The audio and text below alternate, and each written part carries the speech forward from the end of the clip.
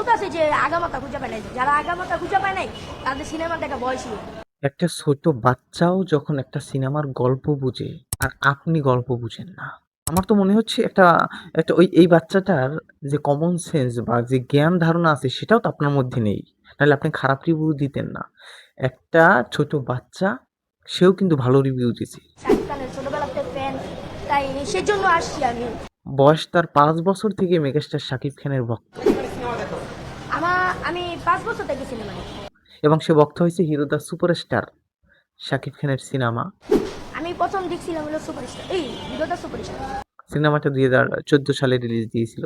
সেই থেকে শাকিব খানের ভক্ত হয়েছে এবং সিনেমা হলে যেত তার চাচুর সাথে। তারপর হলো ফুপুর সঙ্গে যেতে যেতে, চাচার সঙ্গে যেতে যেতে শাকিব খানকে ভালো লাগে, আর কোনো নায়ককে তার ভালো লাগে না। আমারও বাংলাদেশে একজনের ভালো লাগে না, কিন্তু শাকিব শাকিব খানের ছবি তো ভালোই। এবং সে একটি কথা বলেছে, আমার কথাটা বেশ দারুণ লাগছে। বলতেছে যে আগামাথা খুঁজে পায় নাই, যারা আগামাথা খুঁজে পায় নাই তাদের সিনেমা দেখা বয়সী।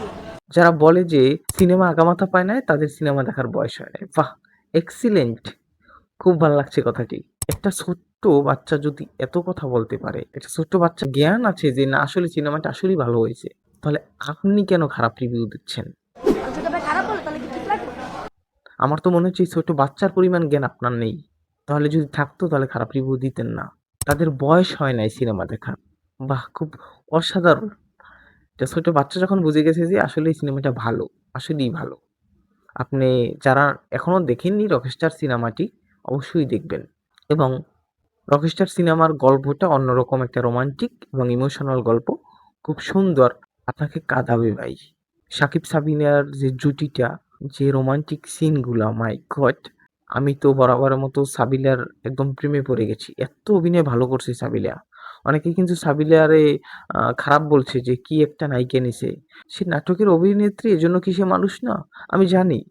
এখন তার সাথে রকিসের সাথে সাবিলাকে যায়, এজন্য তো সাবিলাকে নেওয়া। তো ছোট্ট ভাইটা, তোমাকে অসংখ্য ধন্যবাদ। তুমি সত্যি কথা তুলে ধরার জন্য।